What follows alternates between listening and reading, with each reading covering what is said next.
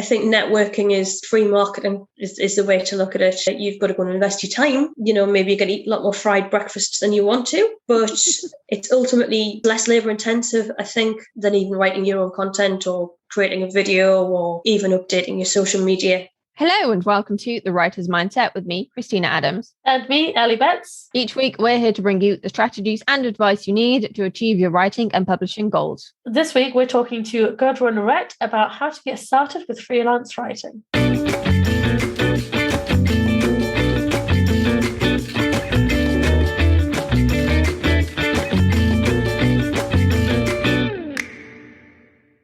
Gudrun had her first piece of work published in a national magazine 24 years ago, and she's been writing on and off ever since. She's worked with a range of clients, providing copywriting, content marketing, and repurposing, including IT and personal finance experts, digital marketers, personal trainers, coaches, and consultants, but now she's niching into history and heritage. I spoke to Gudrun about the differences between content writing, copywriting, and journalism, why they're so often confused, and how to get started in your freelance writing career. Which is probably one of the most frequently asked questions we get. So it's the perfect episode to check out if you're new to freelance writing. Or if you've been freelance writing for a while and you want to learn more about someone else's experience and see what you can get from it. I definitely learned a lot listening to this episode. Yeah, I learned a lot chatting to her actually as well. It was interesting talking to someone who'd been writing for almost as long as I had, but came to it from a very different place. Definitely. There's something for you in the episode wherever you are on your freelancing journey. If you find this and or other episodes valuable, you can support The Writer's Mindset over on Patreon. You can get early access to episodes, bonus content, and our undying gratitude for supporting all the work that goes into creating these episodes to inspire and motivate you.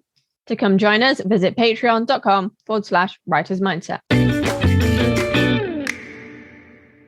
Instead of a personal update this week, we're going to do something a little bit different. So we're going to talk about our favorite literary tropes. So what's yours, Ellie? My favorite trope is the reluctant hero, which probably also speaks volumes about me torturing characters. But there's just something about the person who is forced into that situation and has to be the one that does it and just doesn't want to. I'm thinking like Bilbo in The Hobbit. You've got Rincewind in the Discworld series, and also Stanley in one of the projects I was planning one time, which I should probably go back to. Christina's nodding at me really aggressively. Stanley was fun. I really enjoyed reading about him. But he was such a great reluctant hero because there's nothing more that he wanted than to just go home and put his feet up and have a cup of tea and just, chill with his pet goat. The goat was amazing. I just have to get that in. The goat was amazing. The goat was so much fun. She was very sassy and had a thing for cheese. So it was a very silly project, which I definitely need to go back to, actually, the more I think about it. But having that reluctant hero who would just much rather be doing anything than the job that they've been assigned to is kind of relatable, I think, as well, when you're stuck doing your day job and have no choice but to carry on do it because everyone else around you is telling you have to and forcing you. I love my day job, I swear, but it's good fun and it's relatable, I think. What about you? What's your favorite trope? I actually found this really hard, even though I came up with a question. But my favorite trope, I don't really know the name for it, but it's when people come to their magical powers later in life. So it's things like Charmed.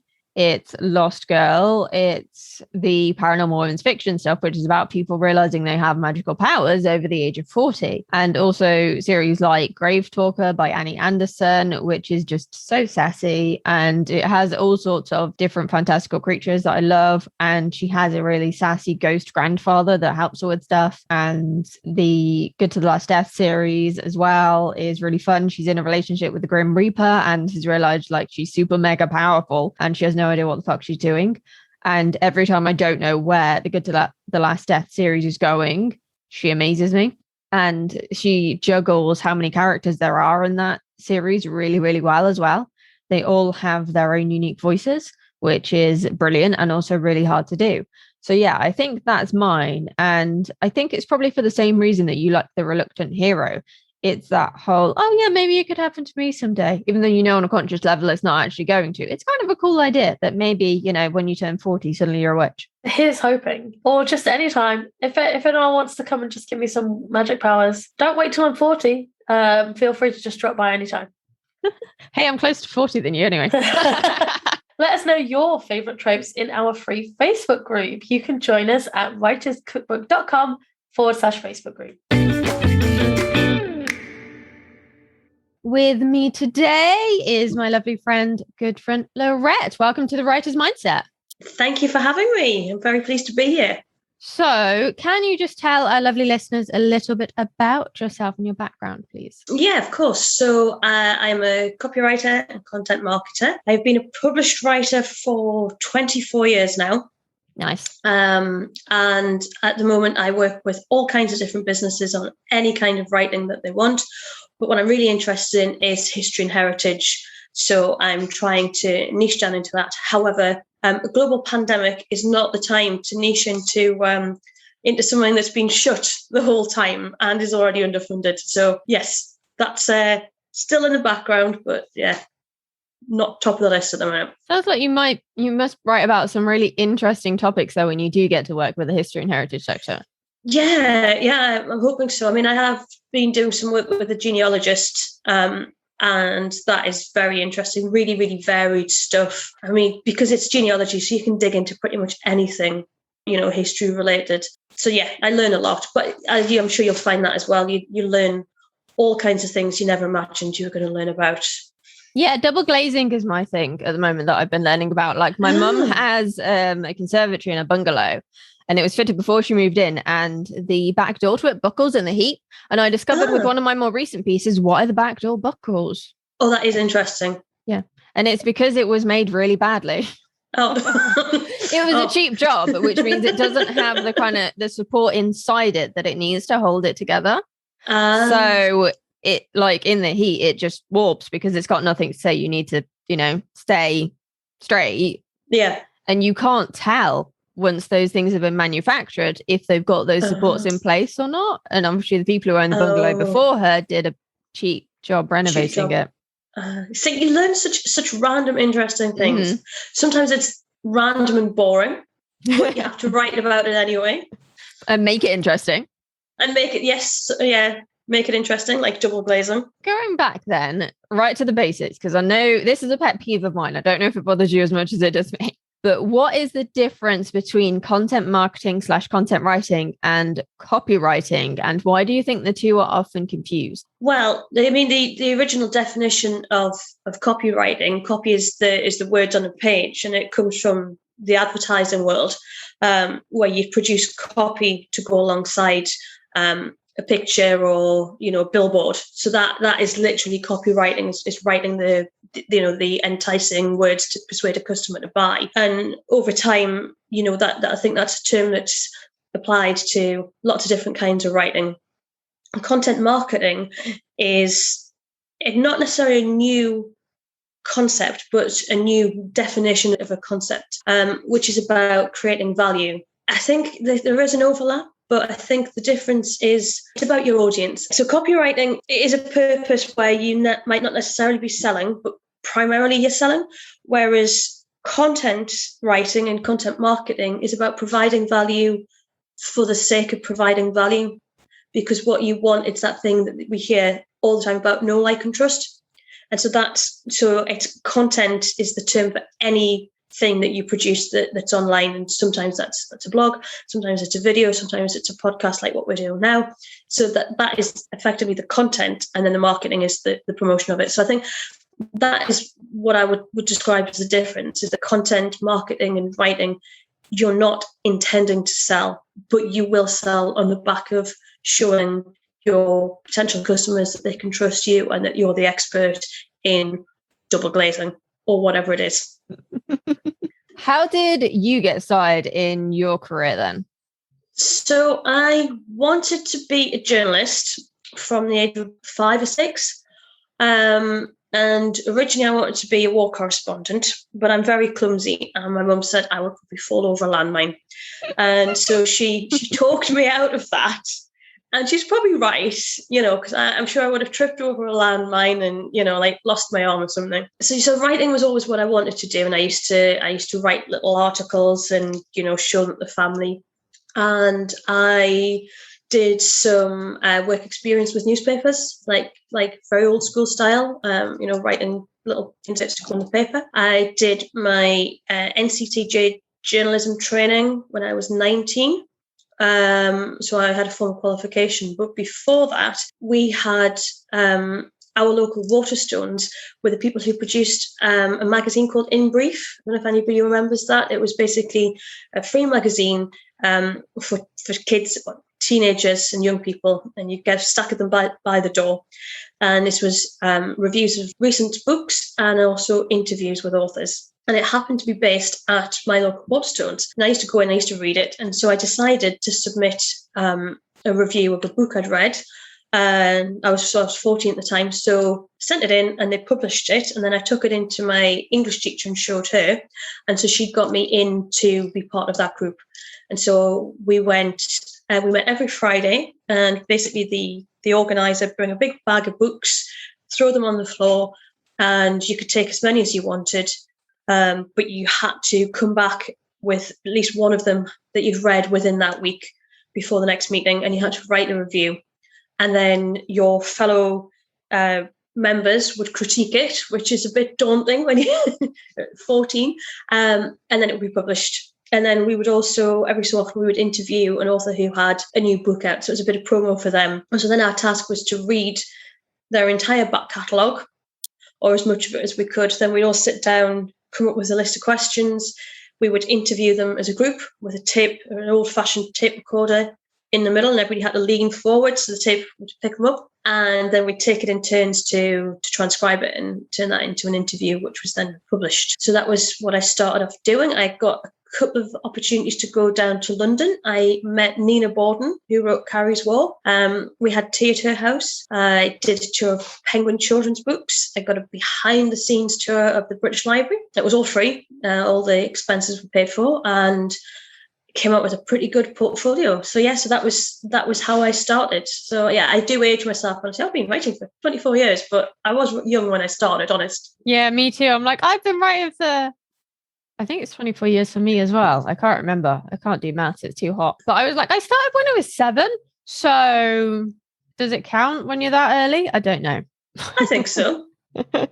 I started off with short stories, and then it was poetry, and then it was short stories, and then novellas, and then short stories, and then novels eventually when I managed to finish one. So if someone is looking to get into content marketing, what would your tips be for them? I would say the biggest thing will be to think about niching. The Americans say the riches are in the niches, and I think that's honestly true. I think there's a lot of merit to being able to write about everything and anything, because then you're always going to be employable. But I really do think that if there's something you're interested in that you can make a specialism, it makes it much easier to sell yourself. And it also makes it easier if it's something you're interested in, because if you write about something all the time, no matter how much you like it, it's going to get draining. And if you don't like it at all, it's even worse. So I would definitely suggest niching down. Depends on what you've been doing before. If you've already done some writing like I had, it's a bit easier. Certainly the thing to do, which is hard to advise to give, but it would be to do something for free. So to ask somebody if there's anything you can help them with. So even if it's just a little, you write a blog, or you write a product description, or you help them improve their website, that's a good one. You can just improve their website, give them some pointers on how to refresh their content, and build a portfolio that way. How we show our portfolios has changed, but that's really the only thing that you can do is, you've got to show that you can do it. Also, people have to trust you, and, people do take it on face value that if you say you're a writer, they'll believe you, which still amazes me now. I think, I'm a writer. And he goes, oh yeah, of course you are. If you don't have any examples already, you're going to have to find ways of getting some experience and getting something to show to future paying clients. These are client testimonials. Always make sure you get testimonials, especially at the beginning. And then from there, you can start building up, and then that might be the opportunity to niche down if you haven't done so already. One of the tips I saw recently was, I've forgotten her name, but her website's Writing Revolt. And she suggests if you don't have anything, then either get some blog posts on your actual website. Yeah. Or use something like Medium or guest post somewhere. Yeah, that's also a good idea. Yeah, I mean, if you can write on your own website, then that's going to make a difference. I mean, the more you write for other people, the less time you have to write your own content, which is the problem I have at the minute.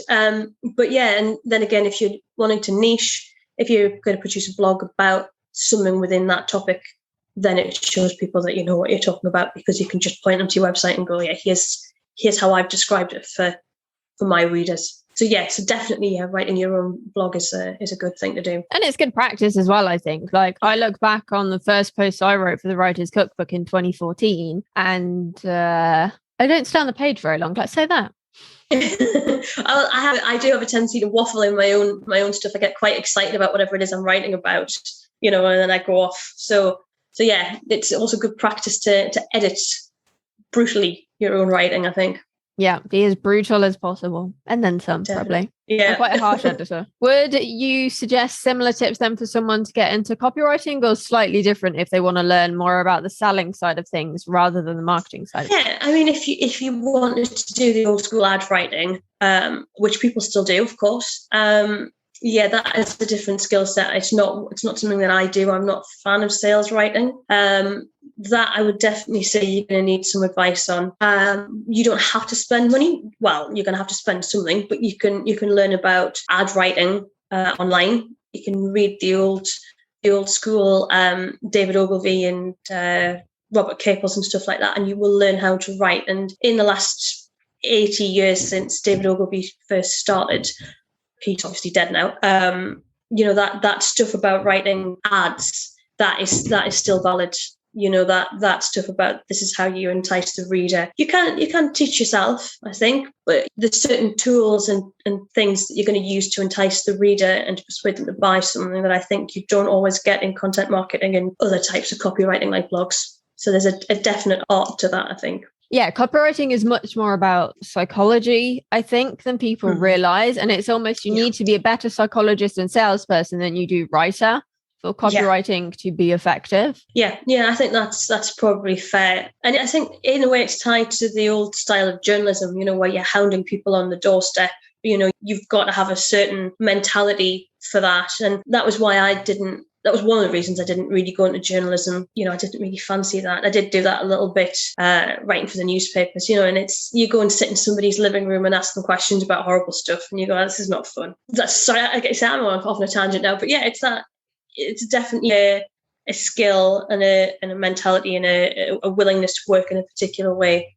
I think that might be at odds with the way other writers work. Just circling back to the journalism thing, because that's another type of writing people confuse, because they almost kind of group all sorts of nonfiction writing together, even though they're all vastly different.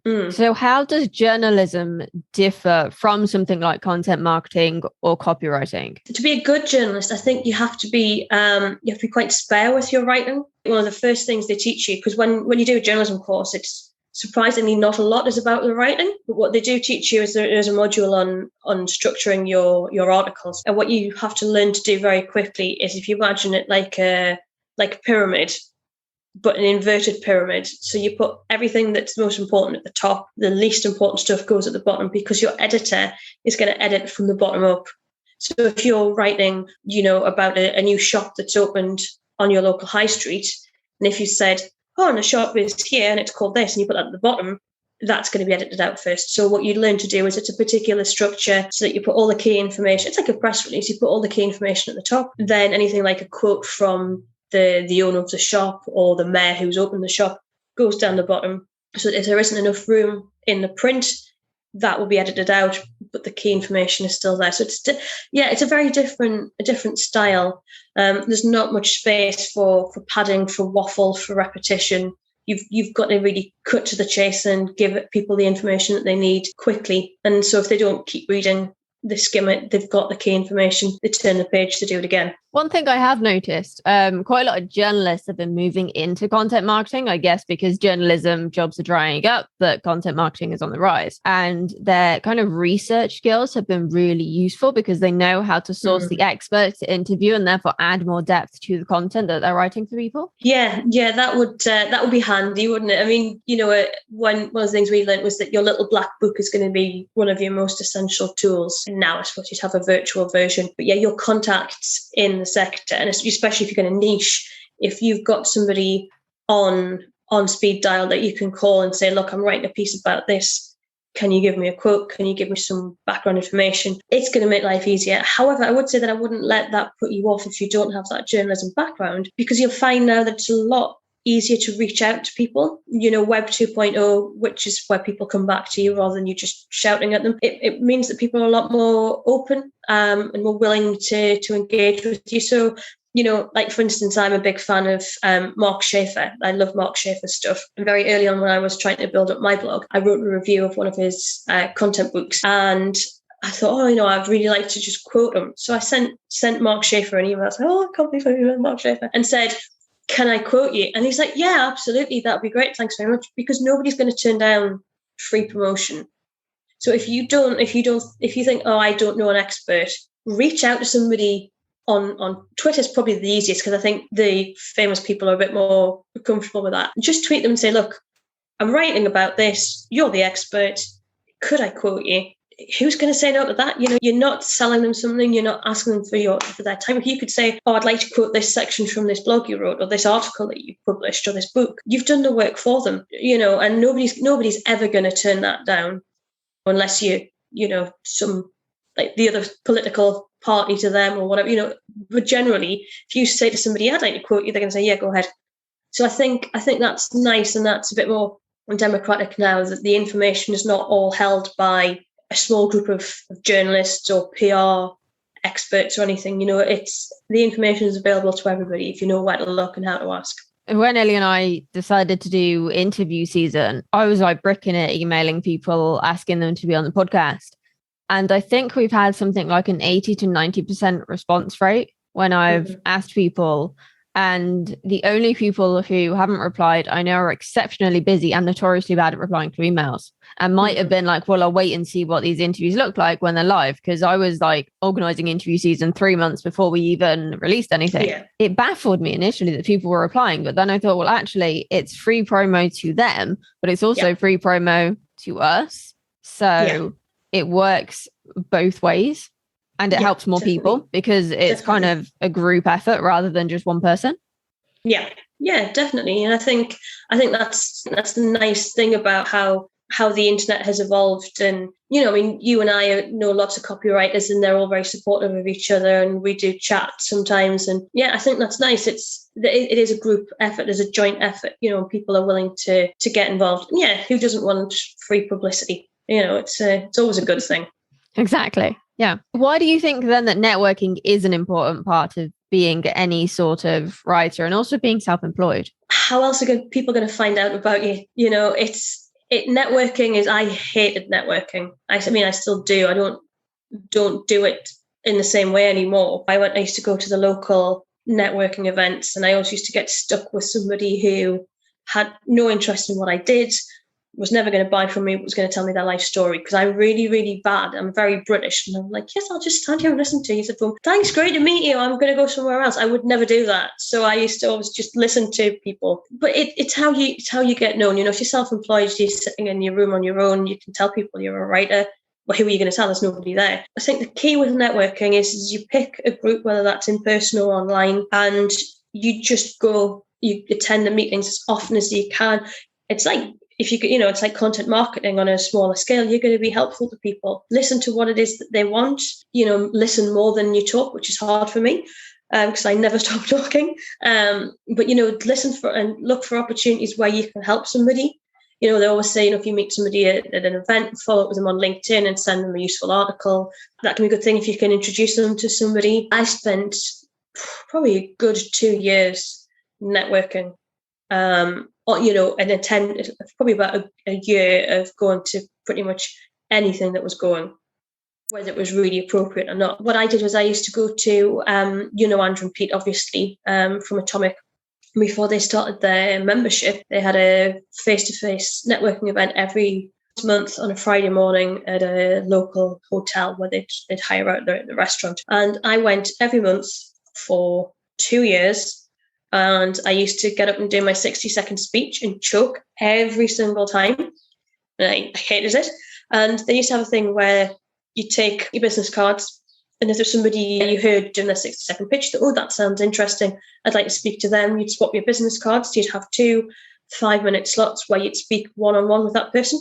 Nobody ever wanted to speak to me, probably because my 60-second pitch was so bad. So that's a tip.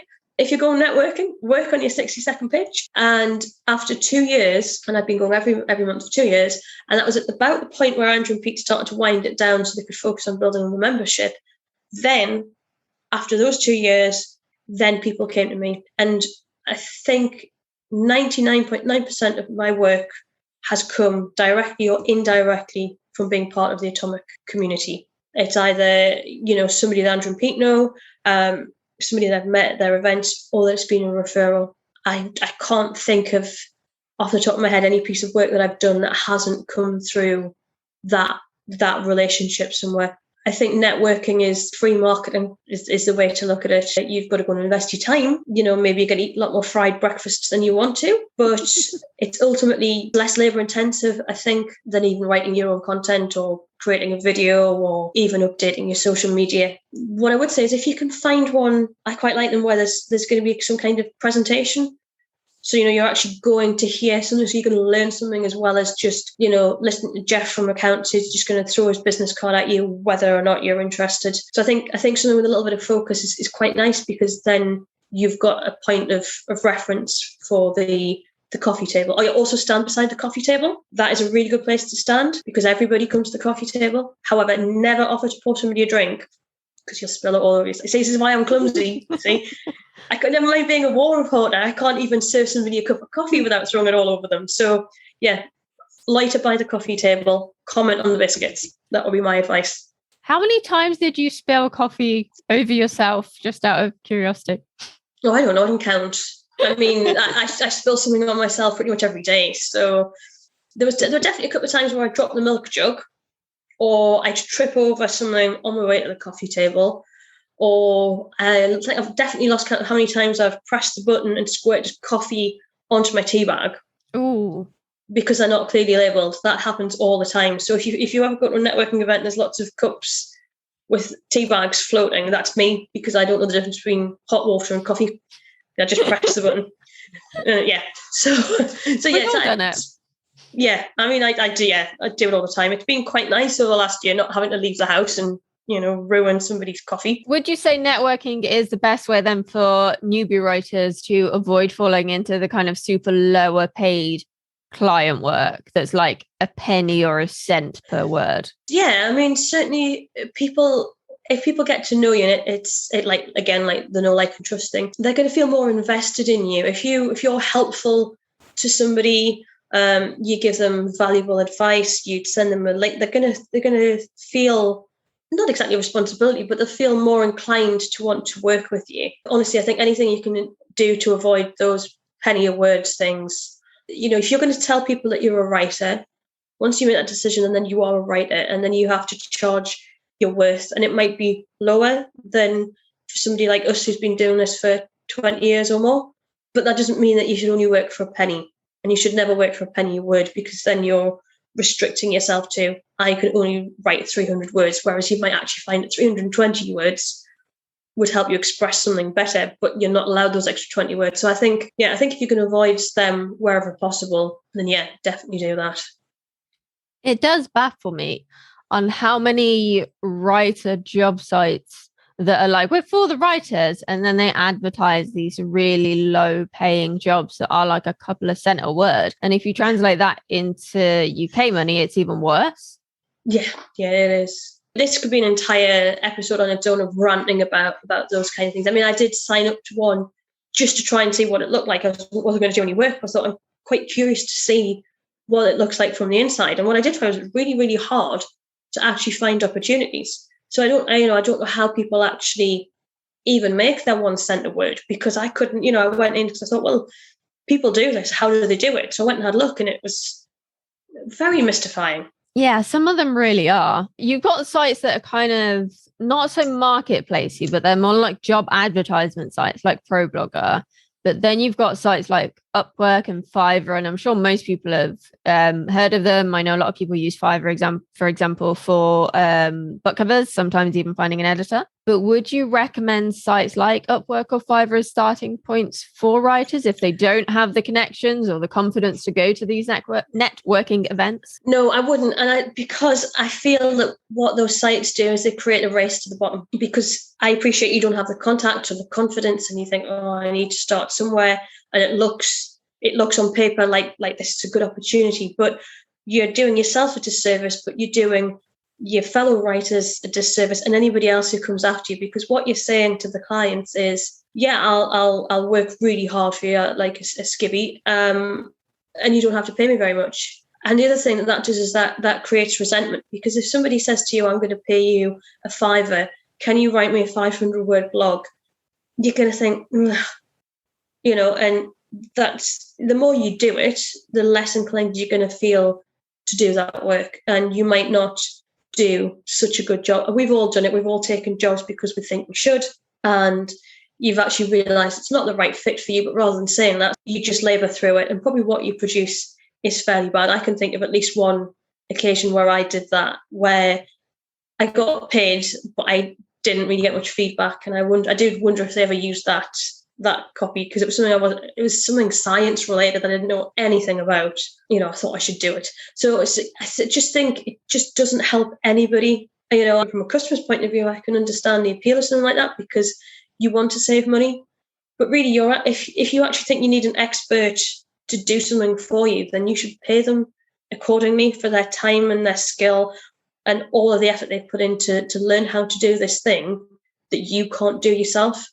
And you should never ask somebody to work for a $5. And if you think, well, I can't afford to pay them £500, well, that's fine. There are people who are cheaper, but it doesn't have to be a all or nothing. And I don't think it does you any good. If you can avoid them, I would always say, avoid them if you can. There are other options. I don't know about you, but I've noticed a pattern with lower paying clients, and that's that they are pickier than higher paying clients. Oh, yes, definitely. The higher paying ones are like, okay, we're paying you because you're an expert. We trust your judgment. Away you go, almost, after like sending you the brief and maybe doing a call. Whereas I have found lower paying clients nitpick and probably think they could do it themselves if they had the time, but they want to outsource it. And because of that, they give you feedback, or they have this kind of vague idea in their head of what they don't want, but then they don't know how to communicate what they do want. And it's what they do want that's actually the important part of the process. Yeah. And I think writers fall foul of that more often than other creators, because if you wanted a logo, for a fact that you can't put that together yourself. If you want a website, you don't know how to build it, you don't know how to code it. But when it comes to writing, everybody, or almost everybody, can literally put pen to paper and make marks on it. And so everybody thinks, I can write. And it is that thing of, they're not communicating with you, but they also don't appreciate what you're trying to do, which is why they're looking on a site like Fiverr. It's really just to save them a bit of time. It's not really because they think you're the expert. They just can't be bothered to write this themselves. And then because they're paying you very little, they still think they should get as much from you as possible, which is why you get into this nitpicking and poor communication. And you're probably also going to get a bad feedback at the end of it, which isn't going to help you get more £5 jobs. Yeah, and let's not forget, £5 for 500 words is not minimum wage either. No, it isn't. It's nothing, And also, I don't know, I suppose you could put in your own rules, but how often do they come back, because if you have to edit it or add something else to it, that's taking more of your time, and you're only getting that initial $5. I assume. I don't know. I've never done it, but yeah, generally you only get paid once, regardless of the rounds of edits and stuff. I think some people specify how many rounds of edits they get, but some people, obviously, if they're not aware and they do fall prey to a pickier client, then they might fall into the trap of just endless round of edits, and they're only ever paid a $5. And of course, you're going to edit the post yourself before you send it to someone. And that in itself takes more than an hour when you're doing all the research and the writing and the planning and the editing. And then if they come back with that, you're basically probably going to end up with less than £1 an hour. Yeah. That's not sustainable. No, it isn't. And I think people don't really think that through. I mean, another thing about those sites is that often, people aren't all from the UK. So, maybe you might get a virtual assistant and you're going to pay them less because in the Philippines, minimum wage is lower. And of course, there are benefits to that. But on the other hand, I do think personally that if you want a writer, you should have a writer who's a native speaker of whatever language you want. And so I always feel quite uncomfortable if I see somebody advertising themselves as a writer, but they're not a native English speaker. I think you've got, my younger brother, he lives in Belgium. He's been there 15 years and all of his friends speak perfect English, much better than my Dutch, obviously. But there are still little mistakes that they make that I notice because I'm a native English speaker. And so actually for my brother's a musician, so I actually edit his copy because he's been out of the UK for such a long time that he actually can't write in English anymore. And wow. I think you've got to be really, really careful that if you want to communicate a message, that you get somebody who understands the nuances of the language. You don't have to be an English graduate. You don't have to sit with a dictionary. But I do think that you've got to be careful that you get somebody who can communicate on your behalf effectively. And somebody on Fiverr who's not a native English speaker might not be able to do that as well. I personally don't think they can. I have actually seen more and more advertisements for writers specifying that they want native English speakers, but they go further than that. They specify native British or American or Aussie or Canadian or all the other different kinds of English, because there are differences even among English. Yeah, there are. I mean, I've worked with Americans a couple of times. And I find it really, really hard to write well for the Americans because I'm just not hyper enough. I do have an American client at the moment, and it's been a bit of a labor of love to try and get it because her style is up here and my style's about here, and I can't get that level of excitement. I don't think it's entirely unreasonable because it's a completely different style the way the Americans like to be communicated with. They're very direct, whereas we're British, we love a euphemism. And if we can go around the houses with someone, we will. And it's hard. So yeah, I wouldn't not work with an American, but I would always be a little bit more hesitant, I think. Yeah, you've got to have that understanding of A, your audience, but also B, the company that you're working for as well. And if you can kind of communicate on their sort of wavelength, if you will. Yeah, I agree with that. It's nuances, isn't it? And it's not a bad thing that you don't understand them. It's a cultural thing, but I think you've got to be careful. Have you got any more tips then for anyone looking to get started or maybe take their writing business to the next level? Yeah, I would think if you don't have any sort of experience or you'd like to improve, what was probably a good idea is to follow people online and see how they do it. So if you want to work for Coca-Cola, go and look and see how they do it. It might not always be obvious who the marketer is, but if you go and have a look at their blogs, their social media, any sort of online communications and video and podcasts as well, because all of that stuff is scripted. It's not always ad lib. And just get a feel for how they do it. And also look at how they engage with people. So if somebody comments, what's their style? How do they respond back to them? And it's that thing that you study at journalism schools, you have a swipe file. So if you see something you like, keep a hold of it and use that as a reference, and look at different types of writing. So if do have a look at sales posts because you do need them sometimes. So go and have a look at sales posts, look at blogs, look at product descriptions, and start to get a feel for how people do it. And don't be afraid to ask questions. If you're following a writer or a content marketer online, ask them a question. Again, it goes into that thing about free publicity. If they have put themselves up as the expert, then they should be happy to answer your questions. You can learn a lot without too much investment. You might want to buy a couple of copywriting books, a couple of content marketing books. You can get them for cheap on Amazon. Other online retailers are available. But you can teach yourself without having to spend too much money. There are courses I think if you wanted a course, go and have a look at the Pro Copywriter's website. They probably recommend Andy Maslin. I read a lot of his stuff when I was starting out. Just be wary of anything that you see that's advertised on the back of a magazine that's a writing course, because that's about the numbers. They're number crunching. They're not necessarily going to teach you the skills. So so if you did want a course, have a look at the Pro Copywriters, which is the online home of people who do this for a living. So go and have a look at them, ask a question there if you can, follow them on Twitter and ask a question. But just be wary about who you give your money to if you do decide to go down the route of an investment in a formal course. I did Copy Hackers Copy School a few years ago. Oh, yeah. And it's obviously mega expensive. I didn't pay for it, my employer did. But I did learn a lot. But it's like there is so much there. It almost makes you feel a little bit overwhelmed. And I would certainly say if you're just starting out, do go for something a little bit smaller and build up to something as in-depth as that. Yeah. Because you kind of want to test the waters and see if this is definitely what you want to be doing long term.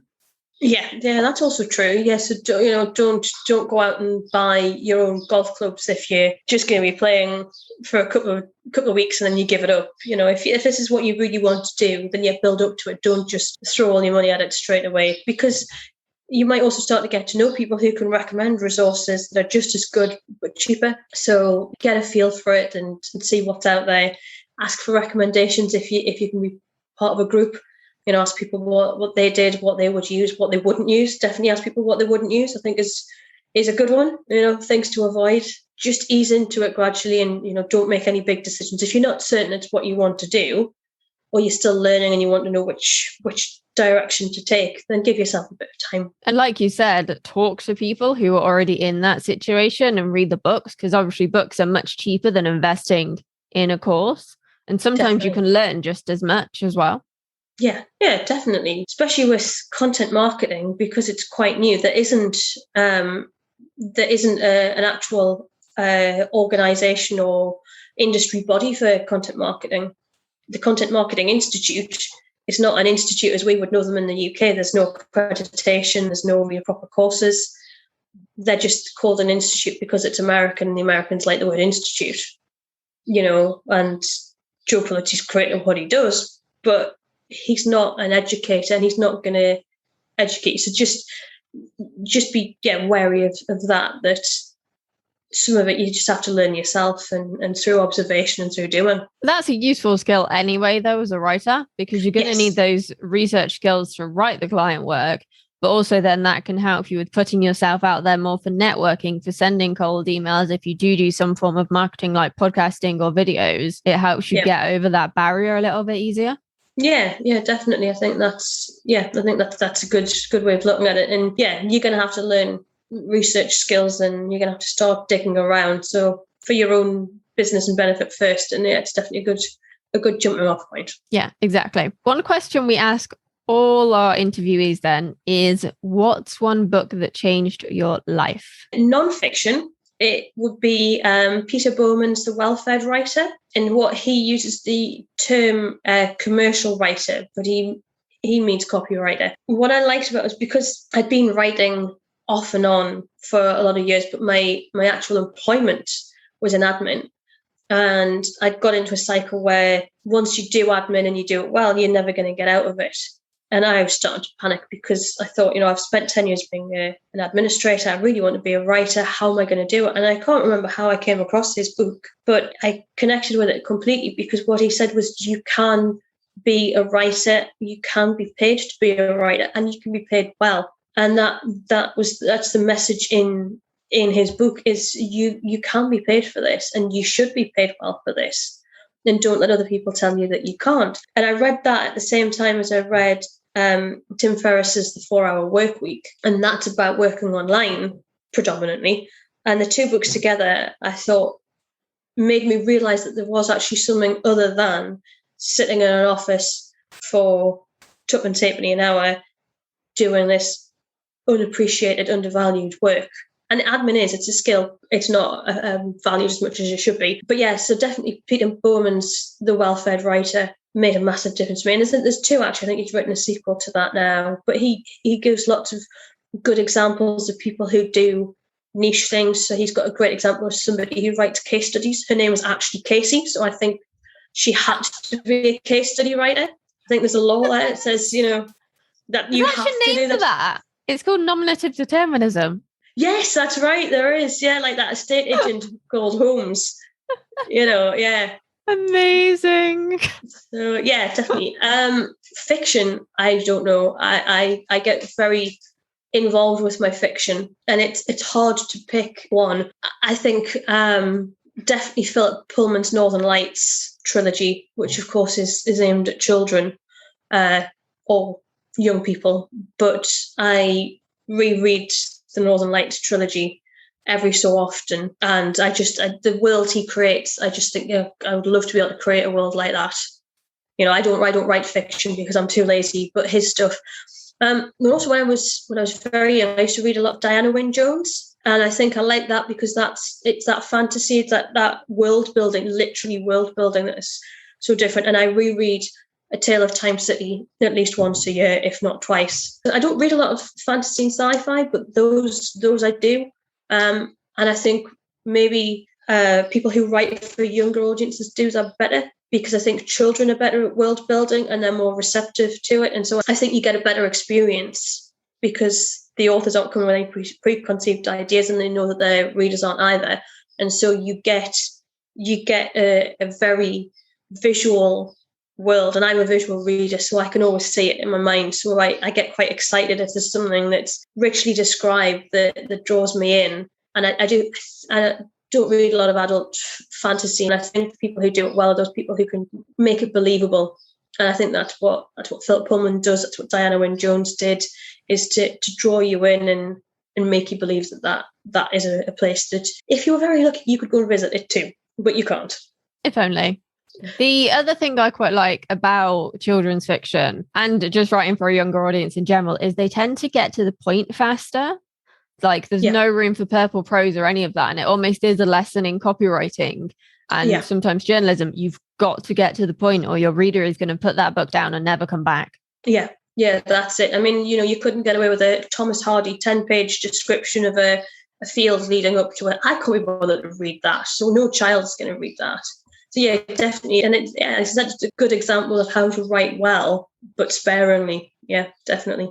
Yeah, because the best copy is written to be understood by children. It's not written to be understood by people with like a PhD, because it's harder for people to understand what the bloody hell you're on about. Yeah, which is why you should also employ a copywriter rather than doing it yourself. Exactly. Because they're communicating with people who are like them rather than people who are like you. That's how I always sell it. I'm writing for myself because I'm potentially your customer. Yeah, that's a really good way of looking at it, I think. Where can our lovely listeners go to find out a little bit more about you then? You can find me on my website, which is just gudrunlauret.com, and on Twitter. Occasionally, I make an appearance there. I'm also on LinkedIn, but I don't use it very often. So yeah, my website or Twitter, or send me a message. I'm happy to answer anybody's questions. Talk about writing, talk about fiction, cheese. If you'd like to talk about cheese, message me and we'll talk about cheese, because I do. Oh God! Don't say that to my co-host. Don't say it. Don't let Ellie hear you say that. She's not allowed cheese, but she will talk about it all day. Has she played Cheese or Font? What is that? It's a game, and it used to be on an app, and it's where how fonts always have weird names. Yeah. So what they do is they just show you a word, and you say, "Is it a cheese or is it a font?" Oh my God, that sounds amazing. I need to play that. It is so addictive because you get really involved and you go, "That's definitely a cheese. I've heard of that. I've had that. No, it's a font." It is. Yeah, find it. You will lose a few hours of your day, but you will feel so satisfied and hungry at the same time. Definitely cheese or font. I have added that to the notes to link to it in the show notes, just for anyone else that is curious. I hope it's still there. My husband showed it to me a couple of years ago, and we just, and you get really into it, and you do argue because you go, "Don't be stupid, of course that's a font." And it turns out, it's like a Turkish cheese that nobody's ever heard of. So yeah, Definitely check that one out. Amazing. And if you are looking to get started networking, do come join Gudrun and I in Atomic as well, because it's really lovely and friendly and supportive and fun, and your brain's probably going to explode from all the workshops in there. Yeah. And I think it's a nice one because there's no hard sell from anybody, and people are always willing to answer your questions. I've been in groups, I've been in paid groups where you get crickets. So yeah, it's a nice friendly one. And come and join in, and we will be there, and we will talk about writing with you. We will. It's been great catching up with you, Gudrun. Thank you so much for joining us. Thank you for having me. It's been fun. Did you find this episode enlightening? Don't forget to hit that shiny subscribe button so that you never miss an episode. Or if you're watching on YouTube, give us a subscribe and hit the like button. It really helps other writers find our videos and helps us know what kind of content you want more of. And don't forget, you can support The Writer's Mindset over on Patreon for less than your favorite coffee per month. Join our growing gang of writers to get early access to episodes, bonus content, and monthly writing catch-ups with us. Visit patreon.com/writers mindset to come join us. And don't forget to come check out our free Facebook group, which you can find at writerscookbook.com/Facebook group. We're in there every day talking all things writing, mindset, reading, and occasionally pets. So it'd be great to see you in there. See you next time. Keep writing.